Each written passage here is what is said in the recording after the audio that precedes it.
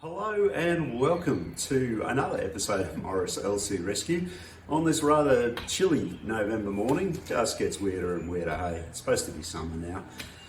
Anyway, guys and girls, glad you could join us. It has been a wild ride this week. So much going on with Holly. There's a lot of stuff that ended up, I suppose you'd call it, on the cutting room floor. But yeah, we've got to condense it down to an hour. So many emails coming in. I apologise. I've had over 200 this week. I just physically haven't been able to get back to everybody at this stage. I'm kind of in email triage at the moment. I realise now a lot of you just don't do Facebook. So yeah, email is a great way to catch up with all the fans of the show. I'm trying to triage in a way that, yeah, pictures, letters, your restorations, keep them coming. I'm really enjoying reading them. But there's quite a few ones there asking for solutions or help with different problems. They're probably the ones I'll tackle first.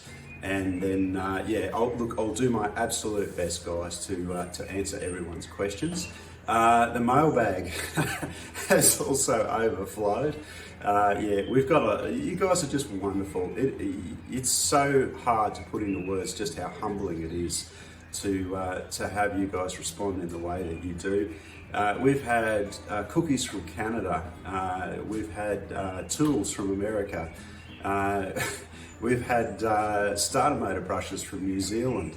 Yeah, tools coming in from all around Australia, old tools, like a lot of you guys out there are cleaning your sheds out, and some of the older guys have some incredible tools there which are very specific in their task, but yeah, it's great to be able to use those tools again for the purpose for which they were designed. So yeah, just so appreciative of all the support you guys are giving the channel. I do need to mention one thing.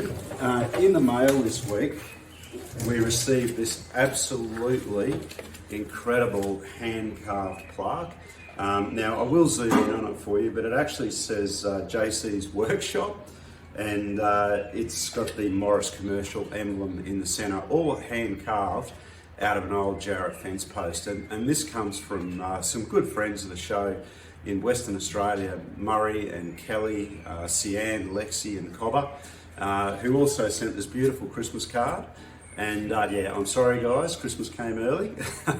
And yeah, the craftsmanship in this is just incredible, guys. Thank you so much. And yeah, I think this will be going pride of place behind me here on the shed set.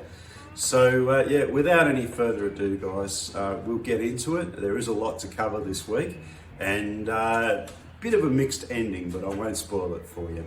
All right, let's get stuck into it.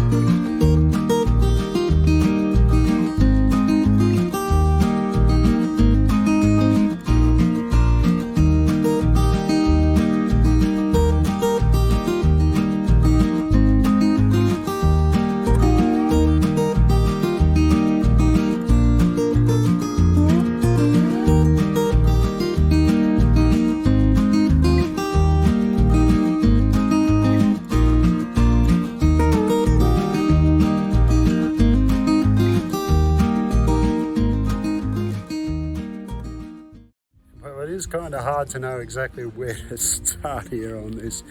It is that really baked on, you know, hard as heck grime and grease on this motor and around the chassis. So we're just going to keep blasting away. It is making a difference, but it's pretty slow going.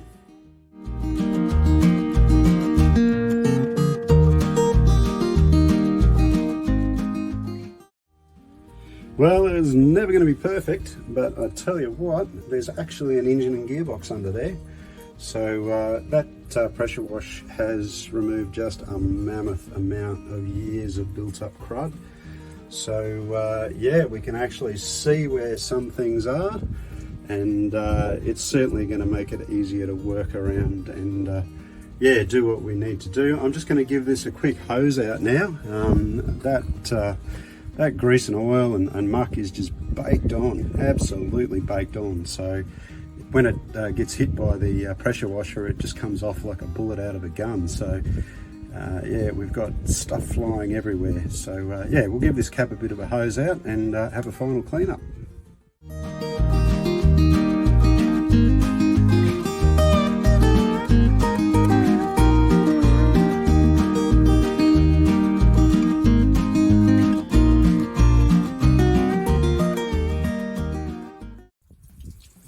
Nothing like getting your hands in there and getting the old rat's nests out. Just lovely. Just lovely. Lordy, lordy.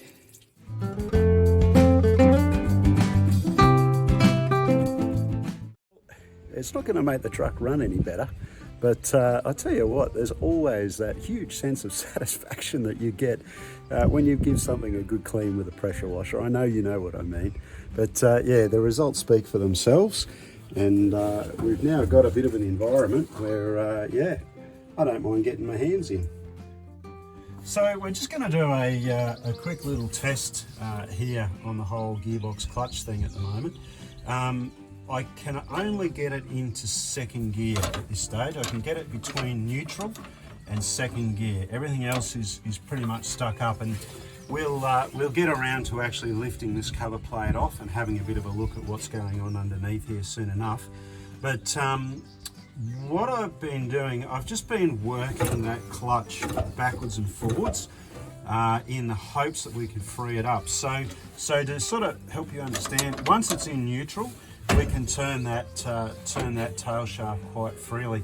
That seal too on the gearbox is going to need replacing. Any oil we put in there is just going to run straight out. That seal is absolutely cooked.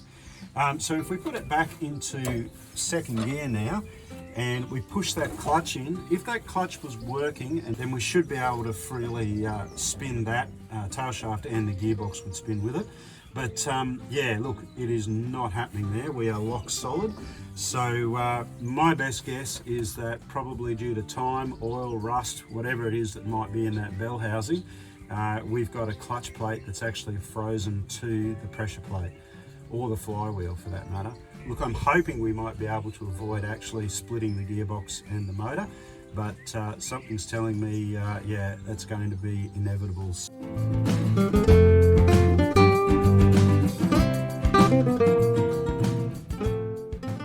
Our inspection plate's off and we can have a bit of a closer look at what we're dealing with here, and it's actually surprisingly clean. I'll just get that detent out of the way there. Yeah, I guess I was expecting probably a lot more maybe oil and grime to be built up in this housing, but all in all, it's really not too bad. So we'll just push that clutch pedal in now and make sure that it is operating against that pressure plate. So there we go, we can see that working there now. It's probably 50-50 as to which way it'll go. Sometimes they are just that badly stuck, it just won't come free. But yeah, look, it's probably worth a try before we actually take that apart. What I think we might do now is we'll take the top off this gearbox and just have a little bit of a dig around in there and see if we can see the reason why it's not selecting more gears.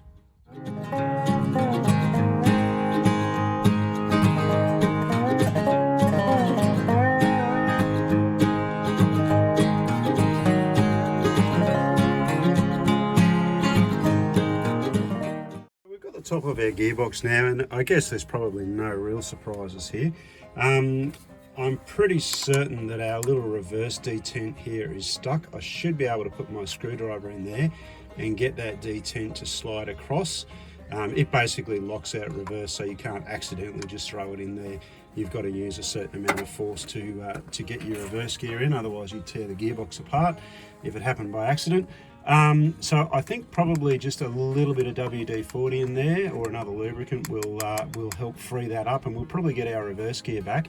Having a bit of a look down into the gearbox, I can see that there's been some water down in there. So I think the next plan of attack is we're going to go underneath, probably drain what oil is left in there out, and we'll give, while we've got that plug out in the bottom, we'll give this gearbox a bit of a wash out. It's actually really not in bad condition. The rust that's in there I can see on those gears is, to me, looks just like a bit of surface rust, just because it has had a little bit of water sitting in that oil. But look, I tell you what, all in all, I think this gearbox is highly recoverable. I think we might have a win here.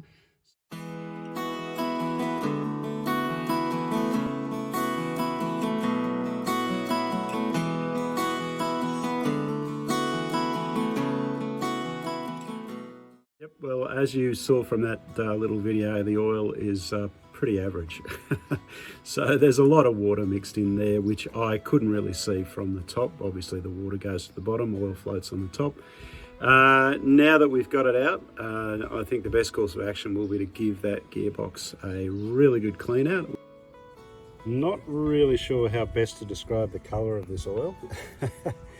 But suffice to say, you get the picture. Why is it that the drain plug always manages to fall in just as you move the container? Just lovely. But just in the process of cleaning up and having a bit of a look at our drain plug here from our gearbox, really happy with the fact that there's no teeth sitting in the bottom there. We have got some fine metal down in there, which, you know, considering the age of the gearbox, and goodness knows when the last time was the oil was changed, I'm pretty happy with that. I mean, the worst case scenario would be that we'd taken that off and found some teeth in there. So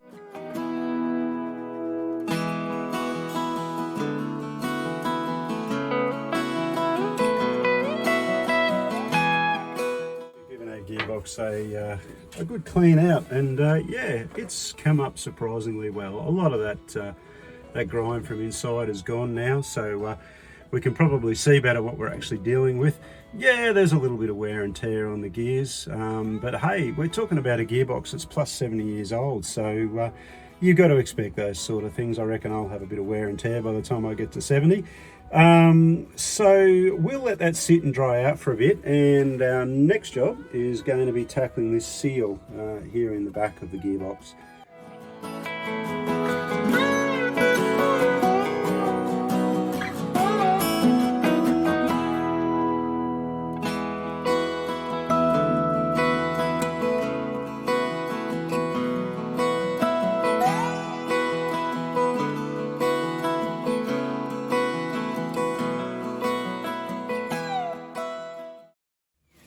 So our universal joint flange should come away now. It should literally just pull out without any trouble.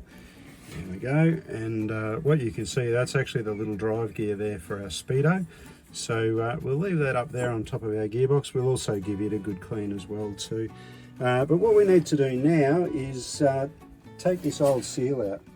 We've got our highly specialised gearbox seal removal tool here, which is actually just my roofing nail puller. So we'll carefully get that in past that seal, and literally just try and gently lever that out. We may have to do it from a few positions.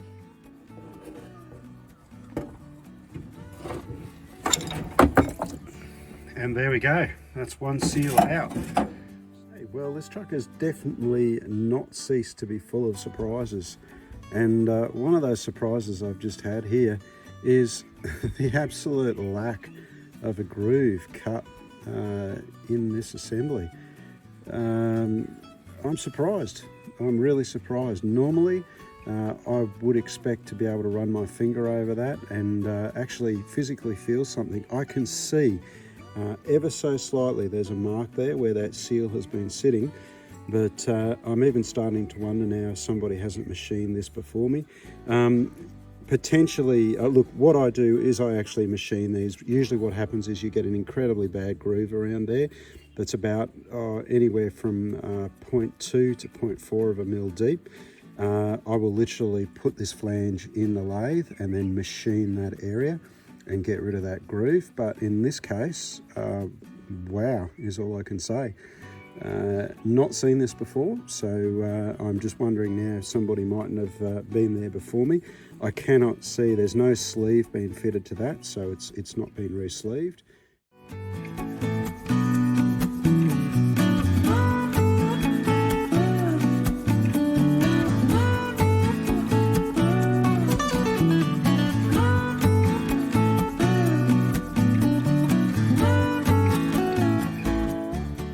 There's one important rookie mistake that I've made here, and that is that I need to put each of my bolts in, all 4 of them, before I actually put this flange in place.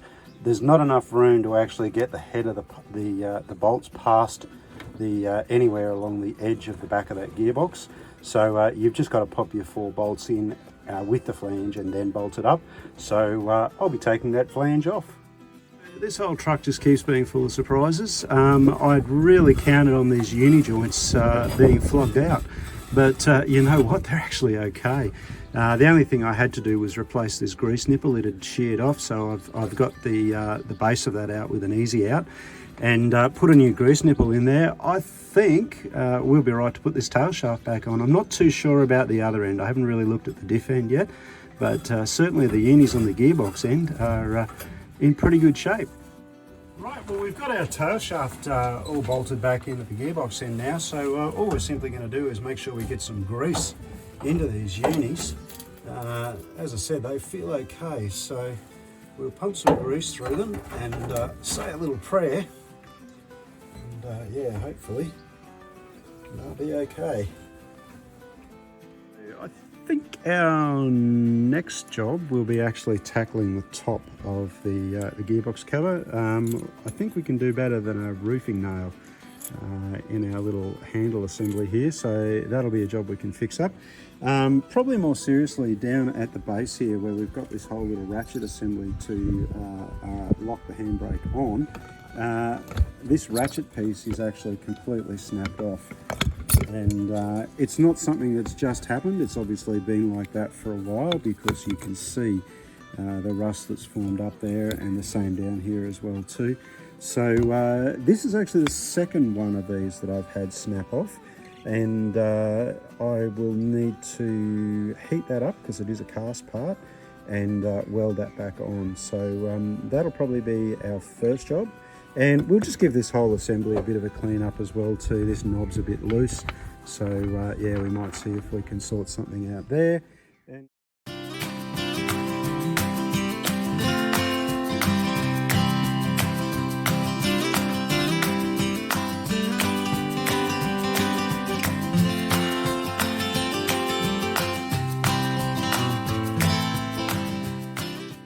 quickly explain what we've got going on here. I've cleaned all this up with the wire brush and got all the rust out of the pools and pits there. What I have done with the piece we're welding on is I've actually beveled the edges on both sides, just so that when we do our weld, we get a good fillet of weld between the 2 surfaces. I've grabbed a couple of old bolts as well too, and just thrown them into those threads. Simply because if we get a bit of weld splatter, well, then it's not going to go into those threads and wreck those. But we'll get all this set up and clamp down, and then we'll weld them in place.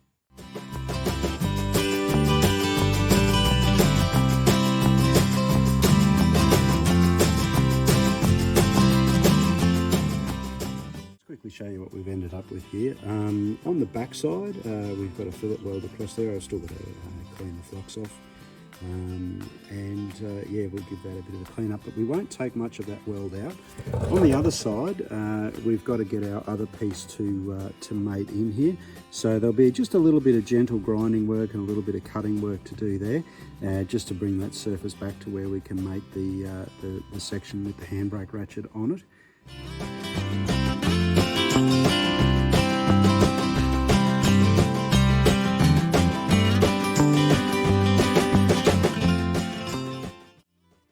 Hey, we're back in the room. Well, thanks to a flat camera battery, I managed not to capture a lot of that work. But anyway, look, we've got everything back together now, and yeah, I'm super happy. I had to rebend and play around with this little handle quite a bit. You know, they are quite a light, fragile thing, but I've got all that working now. I've just put an M6 bolt through there with an eye-lock nut on it, just for the time being. Everything is working wonderfully well. And I think I'm actually even going to go so far, I'll put my, my shifter back in, but I reckon I might even give this a coat of paint. That's how pleased I am with it. So, and it might stop a bit of rust too along the ways.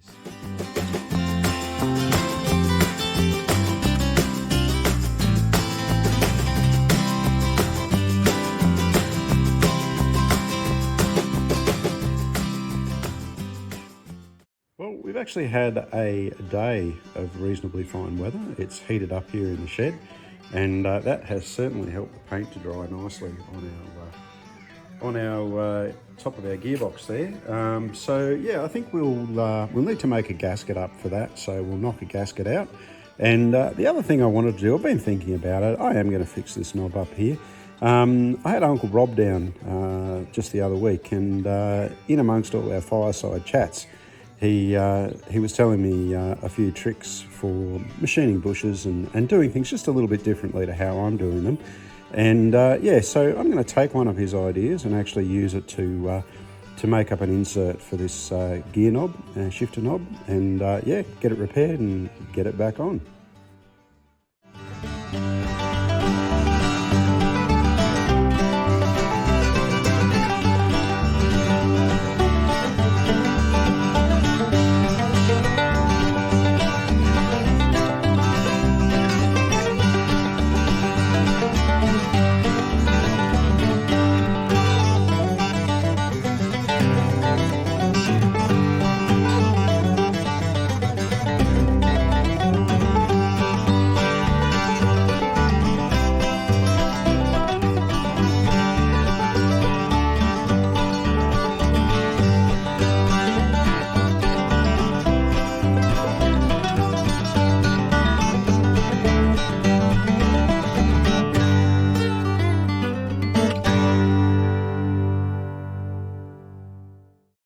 Okay, so I can hear everybody sucking air from there.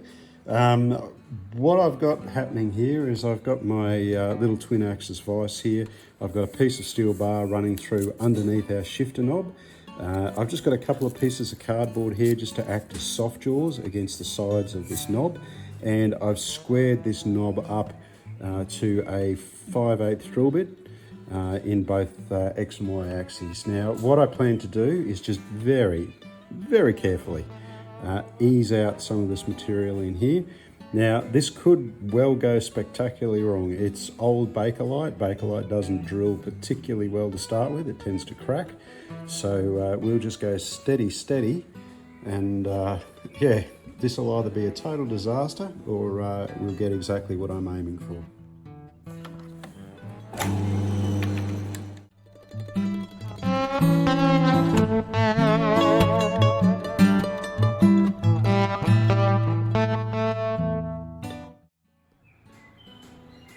And that is exactly what we wanted. So in case you're wondering where all this is going, so what we've done, we've eased out the center of our shifter knob, and I've got this off-cut of rod here, so steel rod. So all I'm going to do is I'm going to make up an insert to go into the knob, and we'll have a hole in the center of that insert, which will actually be threaded for our shift lever. So yeah, pretty straightforward and simple. If I had my choice, I'd probably do this in brass, but as I always say, hey, we're doing this on a budget, and I don't have any brass rod.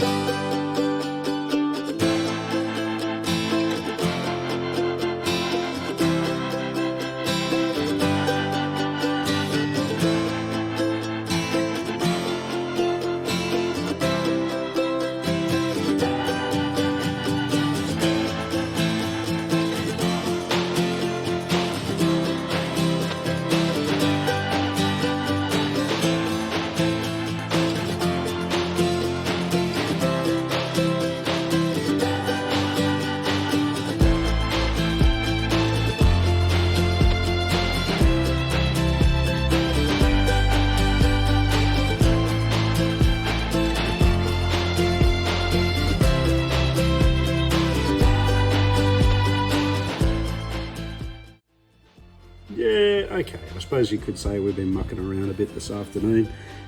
We probably didn't have to go to all this trouble, but hey, it's part of the fun, right? So here's our little bush. I've just put some knurling on the top of it. That will push into our shifter knob. What I will do is I'll just put some 5-minute epoxy resin into that shifter knob, just so that we get a good set in there, and yeah, it's not going to come out. And then once that's all cured and gone off, we will be just simply screwing that on there like so, and hopefully we should have a shift knob back. Fingers crossed. I couldn't find my araldite, but what I have got here is some leftover Loctite 577 thread sealant. Now I know from past experience that when this stuff goes off, it goes off. So once that sets, yeah, that plug or insert that we've made won't be coming out. So I've just got like a rag in there to act as a bit of a soft jaw. I've already put a little bit of sealant, pipe thread sealant in our knob, and we're just going to sit our insert in there, sit it in the vise, and very slowly wind the vise in and hope, whoops, that was meant to happen. Put our handle back in on our vise, and yeah, we'll wind it in very slowly because we want it to go in straight and we don't want to crack that knob. So just very slowly use the vise to press it in. You know, you've got to keep in mind that, yeah, this is pretty old and brittle. So we are going to treat it gently, or as gently as we can. It's sliding in there nicely. Now obviously I've made that insert slightly shorter than the depth of the hole. We're not going to force anything there. And there we go. Hey presto, one repaired gear knob. How good is that?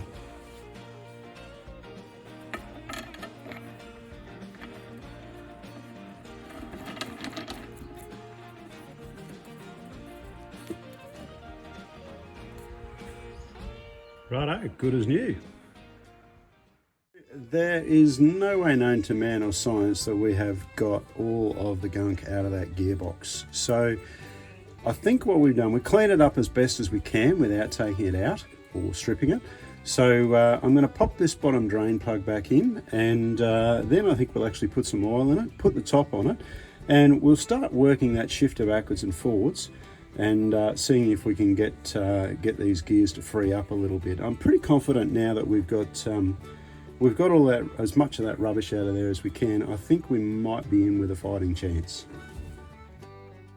So we are going to be adding in more oil than we probably normally would into this gearbox, and the simple reason being that we want to get this oil everywhere, and this oil that we put in won't be staying in here very long. It'll be in there long enough if we manage to get this vehicle driving, then it'll probably be in there just long enough to yeah, work its way around this gearbox, probably get rid of some more filth, and yeah, then we'll be dropping it out again. So actually we need to try and free up that reverse detent, don't we? I mean, now it's had a chance to soak. She might come good. Oh yeah, look at that. I reckon that's going to go. There we go, look at that. Righto, working. So in theory then, we should now have a reverse gear as well. Hey, this is coming along swell. All right, we'll get our top back on. We've got our gasket sitting in place. What I've done to make the job easier, I've just taken the shifter out, because you have really got quite a tiny slot there, and you're trying to hold the shifter to get everything to line up. If you leave it in there, get rid of it. It doesn't need to be in there. We can put it in after. So we'll sit that in place without messing up our gasket. Beautiful. We'll get our bolts back in, and then we should be right to plop our shifter in there.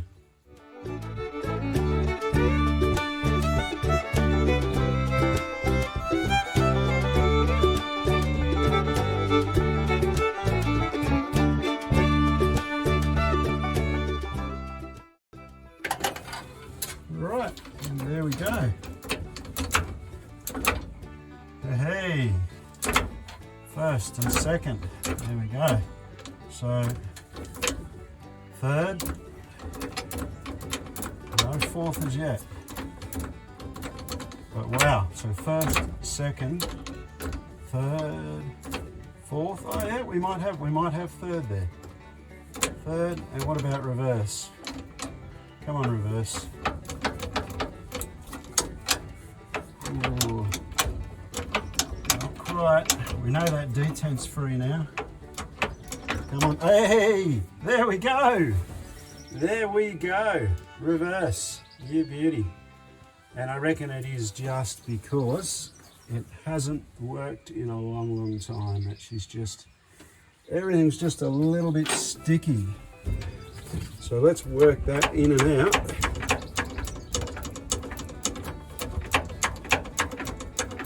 Hey, how good is that? There we go, that's sliding in and out of there every time now. You little ripper.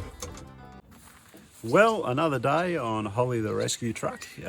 We've lost our fine weather, unfortunately. We've got a few showers moving through this morning, and that might make life interesting for us. Having a think about it last night, yeah, look, I'm feeling more and more comfortable with this truck now that we've got that gearbox sliding around like it should. All we've got to do is try and break that clutch free. I might go shopping and just see if we can find some doors and a proper seat, and yeah, get that front radiator support mount fixed up and get a radiator back in and connect it up to this truck. Just a quick bit of advice for you guys and girls now that we're looking at putting the radiator back into Holly. We've got our two front support mounts here for the radiator. Now what should happen is we should have two rubber blocks there which mount to the bottom of the radiator, and then there's a couple of bolts come up from underneath and hold this to these brackets. Now obviously it doesn't quite look like that. This is what it should look like. Now these replacement mounts are the cheapest insurance you can have against managing to run over your own radiator. So typically what happens, these mounts will fail, and it's not, you know, it's not a fault or an endemic issue, it's old age. So the rubber will perish, the inserts will pull out, they'll simply fall apart. And once that happens, basically all that's holding your radiator in place to the front of the truck are the hoses. So if you have any sort of a failure there, you will run over your front grille. So my advice would be, whenever you grab one of these old trucks, to have a really good look at both of those mounts, and if necessary, and it often is necessary, replace those mounts. They are available every day of the week from Brad Dunn Vintage Truck Supplies, and as far as I'm concerned, very cheap insurance. Well, just having a bit of a closer look around Holly's radiator, and yeah, aside from a few dents, knocks and scrapes, we have got a couple of problems with this radiator. We've got some cracking occurring here which would have to be repaired. We've also got a bit of a crack around the drain tap down here as well too. All in all, this radiator is totally repairable, but I think for the point of the exercise here, we might actually have a look and see what I've got in the way of spares. So I think I know I've definitely got a grill that will do the job here, but I'm pretty sure I've got a radiator that will be good enough to get us up and running pretty quickly. This one, as I say, definitely repairable. It's not going to get thrown away, but yeah, probably not what we need right at this point in time for Holly.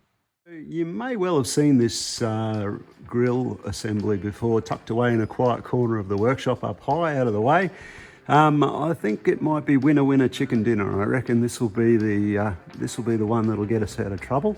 So we'll get this down and have a closer look. Well, we've got this out in the light where we can just have a little bit of a closer look. Yeah, it's got a few dents and a few bumps and scrapes, but hey, that's just character, isn't it? We can push most of those out before we put it on the truck. Am I going to paint it and muck around like that? No, not at this stage. You know, we'll just put a radiator in it if we can find one, and yeah, we'll get it on the front of the truck. Holly's radiator, don't fret, it definitely will not go to waste. We will absolutely be restoring that. and it will just go back into our stock. And yeah, it will probably appear on another truck somewhere else down the line. But yeah, look, I think we're onto a winner here. We can definitely work with this. I've taken a drive down to boneyard number 2 and just having a look through some of the doors that I've got here. So I've found a couple of really good LC3 doors here, which I think we'll be able to use. They've certainly got some authentic dust on them. But yeah, I think these will work quite well for us. And then while we're here, yeah, I think we might go shopping for a new bonnet as well too. Now, you know, not that Holly's current bonnet isn't repairable, but there is quite a bit of rust on the inside, and I actually don't want to damage it. If I keep opening and closing those hinges, I'm going to cause more damage than good. So I have definitely got some spares here. So we'll pick one out that maybe has a little bit less rust, or should I say patina. All right, well, we've just got back from our shopping trip, and yeah, I think we've had a pretty successful morning. We've got pretty much all of the bits we're going to need here to put this front together on Holly. Found a fantastic bonnet in the shed there, which will be perfect. Always great to see the old line work. I mean, it harks back to the days of horse-drawn vehicles, I guess, but people took so much pride in their vehicles, and you know, it's kind of one of those trades that I love seeing. You know, unfortunately, it's possibly a bit of a dying art with the advent of pinstriping, or vinyl pinstriping.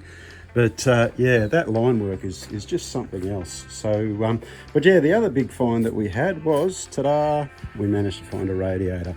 So this one's in really good nick. I actually forgot I had it in there. And it even still had some green coolant in it when we turned it upside down. So yeah, look, it is definitely, there's a few little repairs and a little bit of straightening here and there, but all in all, I tell you what, that's definitely a winner.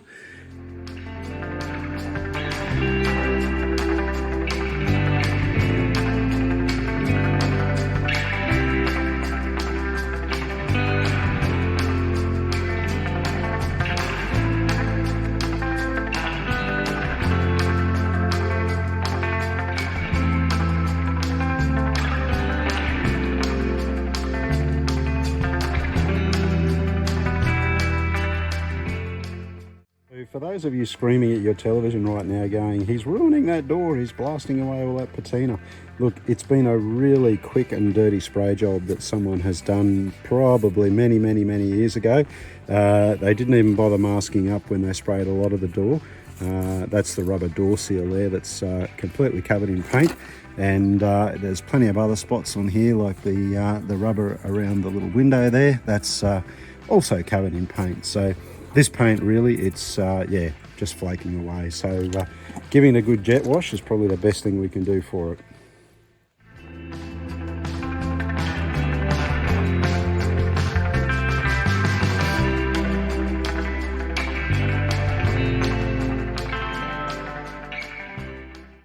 Where the opportunity exists to give things a bit of a clean before you dive in with both feet, yeah, I'm always going to take that opportunity.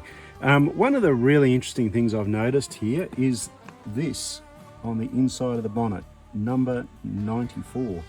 So yeah, just wondering, maybe it's like a batch number as that truck moved down the assembly line. It certainly appears to be on just like the red oxide paint that's on the inside of the bonnet there. Maybe it was a fleet number. When the mechanics lifted up the bonnet, they could see that number and identify that particular truck, and yeah, that was all they needed when they were writing up their service report. Anyway, what we are not going to do is pressure wash the other side of that bonnet. I'll hand wash that, and yeah, we'll just protect that because that is quite original, and I really like that line work.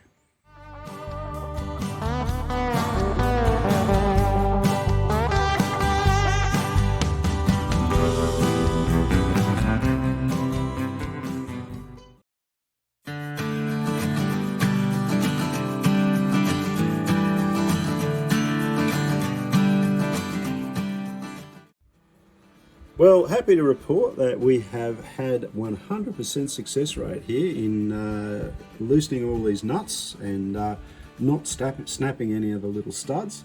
So just a combination of heat and letting them soak for a little bit with WD-40 has done an amazing job. So I think what I might do now, we need to do just a couple of repairs to this grill and yeah, bend it in a few places, just so it goes back into shape. Fair to say this poor old grill probably has had more hits than Elvis, so a little bit of work ahead of us, but we're not going to spend a whole lot of time on this, just enough to get it functionally working and make it strong again.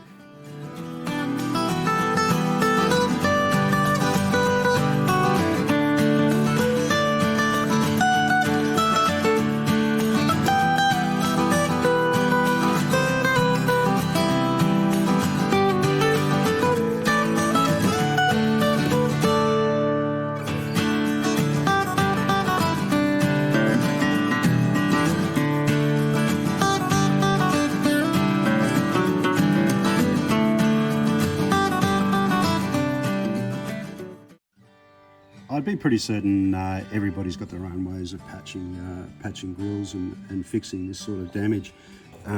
This is the method that I use. I actually add steel in. So because this all is an area where strength is required, especially around the edge here, it supports the rest of the grill. We actually need to put something back.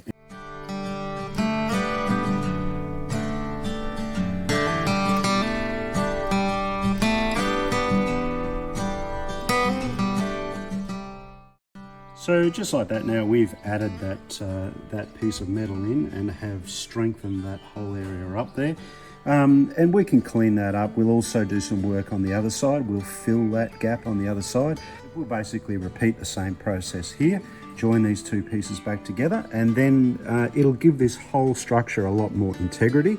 And if we wanted to, as I said, I'm not going to spend a lot of time on this, but we could then go through, straighten all these flutes out on the grill.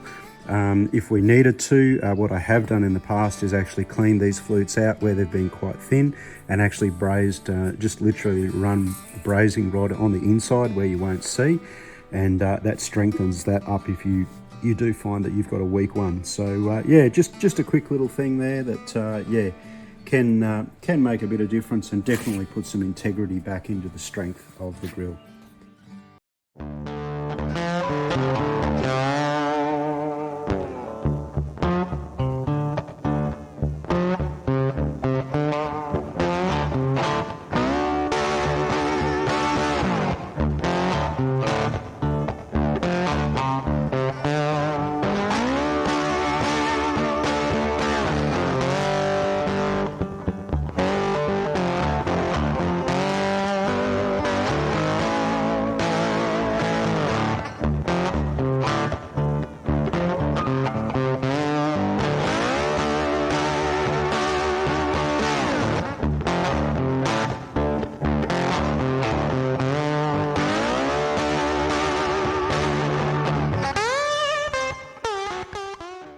As has just so often been the case on this channel, we've had our 2 days of sunshine.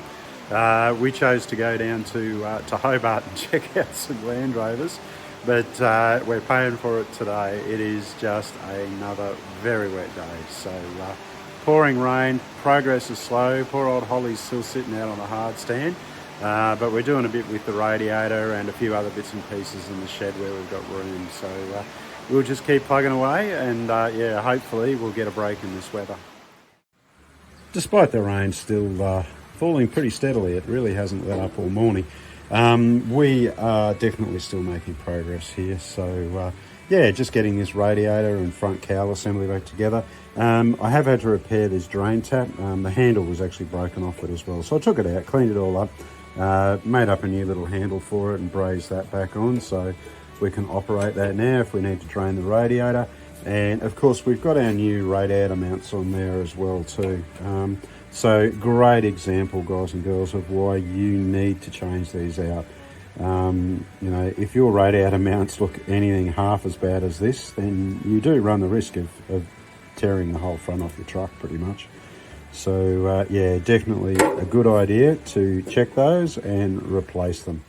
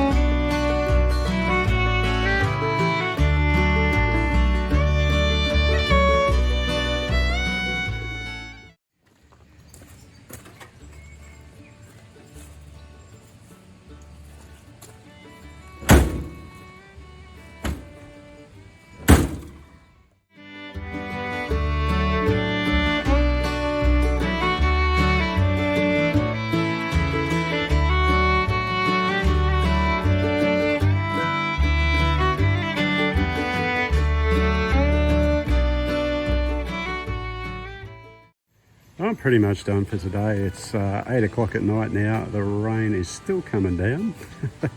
But hey, I feel today like even if we haven't got this truck to move, it's like we've given it its soul back. It's got eyes again. So yeah, we've got some lights going on in there. And yeah, the bonnet's on, the doors are on, so at least now it is Possum Proof, which is a big thing. I've got an oil pressure gauge here. I know I said I was going to put a brand new pressure gauge in there, but I turned this one up in a box of spares. The chrome and the glass is missing, but the pressure gauge itself actually works. So I had a bit of a hunt around, and I've actually found another pressure gauge here, which is completely wrecked. This one has been submerged in a bucket of water. So the chances of it ever working again are probably pretty limited.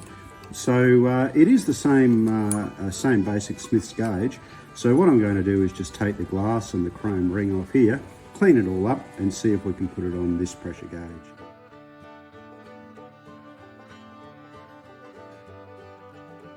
You can do away with a lot of gauges in your vehicle, but I really didn't want to muck around with this without having an oil pressure gauge in the truck where I could see it. We don't need an ammeter, we don't need a fuel gauge, and yeah, we definitely don't need a speedo at this stage.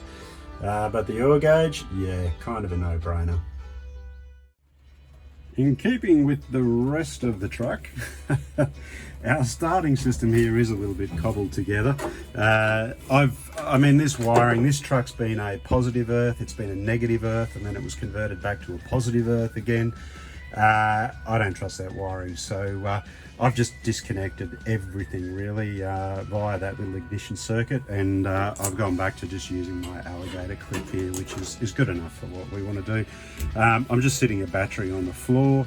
My fuel line you can see running there through and out the door at the moment. We're still going to use our boat tank, but we might put that up on the roof. We'll just check we're out of gear.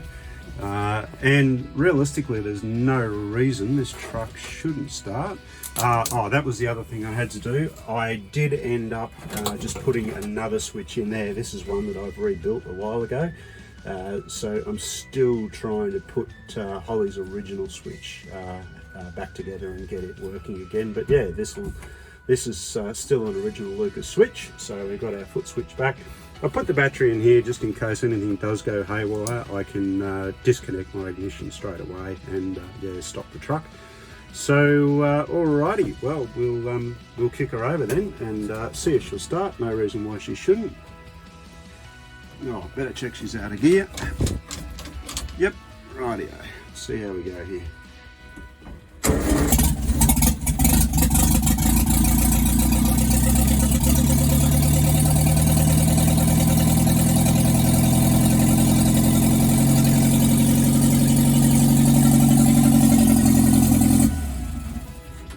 Right, well, there's definitely nothing wrong with that. We've still got awesome oil pressure. That gauge is working great. So yeah, that's great. I think we might have a quick look at this rear diff now. I'll bet there's no oil in it, so we'll check that out.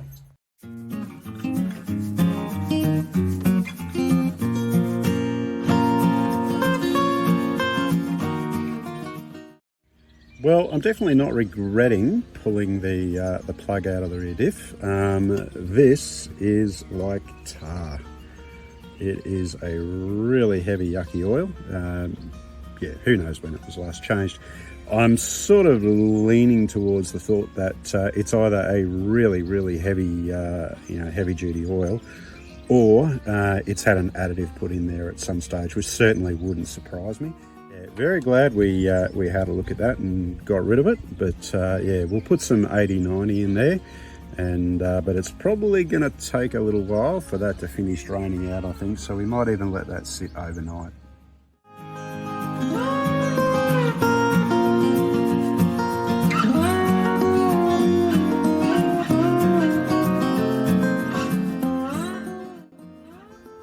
Here's the rear tail shaft and differential flange that we've just removed. Now this one does have that groove worn in it, so it hasn't seen any love for a long time. Original material is here, so that will tell us what the original diameter of that was. But then we've got a groove, probably hard to see on camera, but it feels a little bit serrated as well too. Now, if we were to pop this back in and fit a new oil seal in a very short space of time, that is just going to completely chew that new oil seal out. And yeah, we're going to waste our money there. So, and it's going to leak oil and all of that. So yeah, what I'll do, I guess I probably won't show it. You guys are probably getting a bit sick of me machining stuff, but I'll quickly run this through the lathe. Okay, so we've just finished machining this up. I've given it a bit of a clean up and yeah, a bit of coat of paint there. She's still a little bit tacky at the moment. Really happy with the job. It's come up great. Ended up taking 0.3 of a mil off that surface to yeah, to get a good seal. If you really wanted to, you could probably sleeve this, but the amount of effort you're going to go through cleaning all that up, it's probably easier just to machine it and be done with it. The seals that Brad Dunn Vinnie's Truck Supplies sell for the gearbox and the diff are really quite generous. So I know we're going to have no issue at all getting that to seal. And yeah, we should stop any oil leaks. Well, we'll keep oil in the diff and yeah, give it a fighting chance.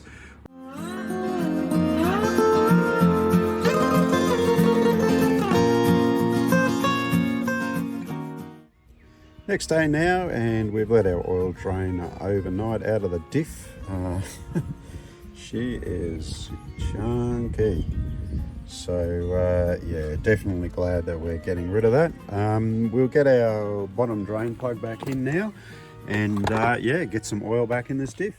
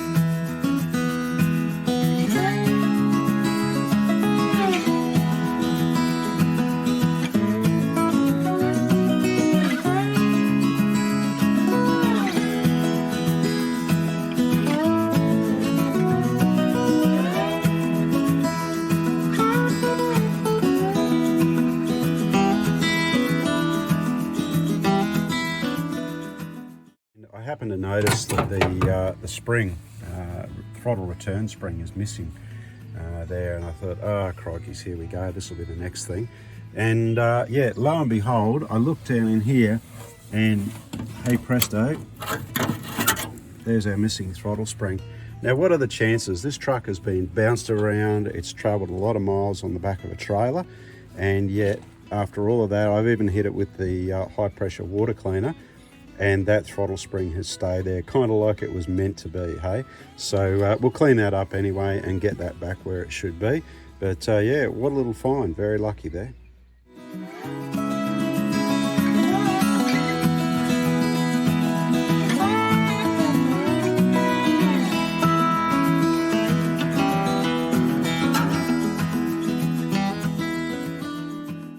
What can I tell you, folks? I have pushed, I have shoved, I have towed, I have rocked, I have tapped.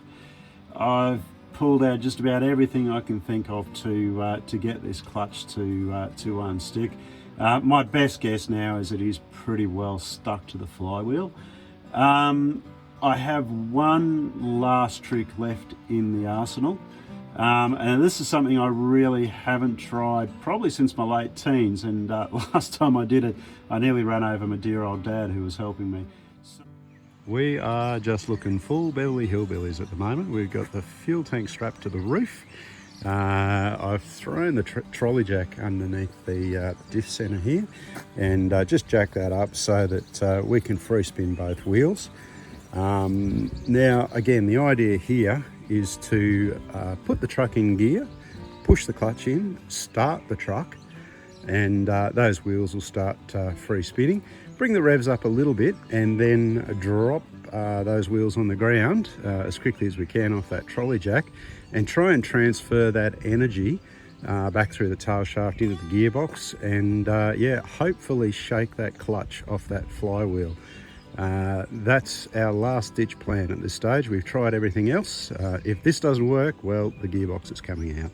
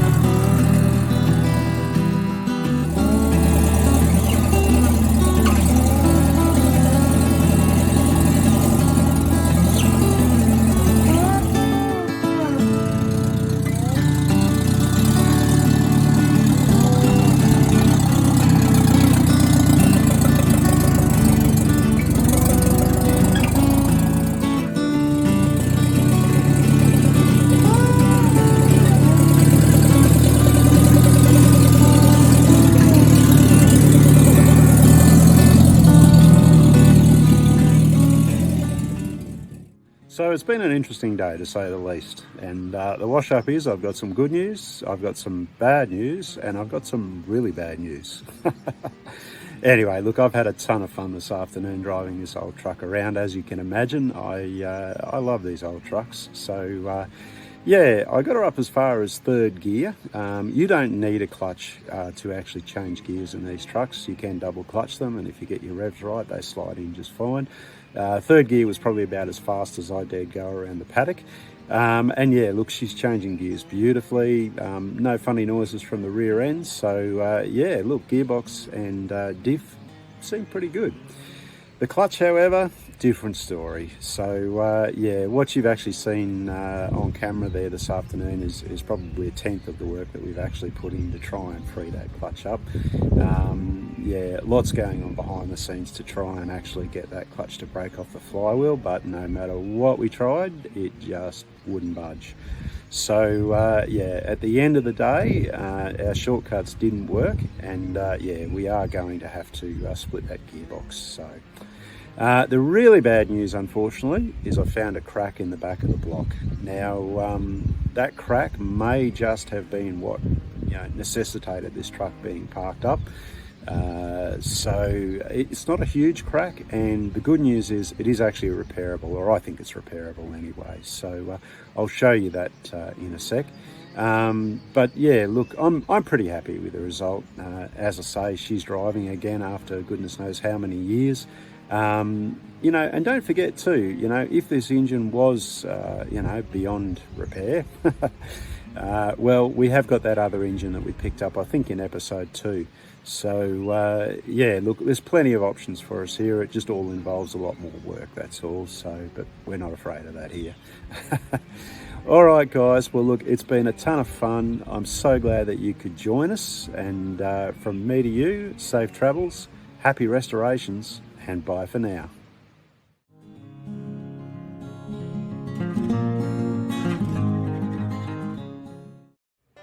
Rad done Vinny's Truck Supplies, fixing cracks in blocks and you'll even darn your socks 8 days a week.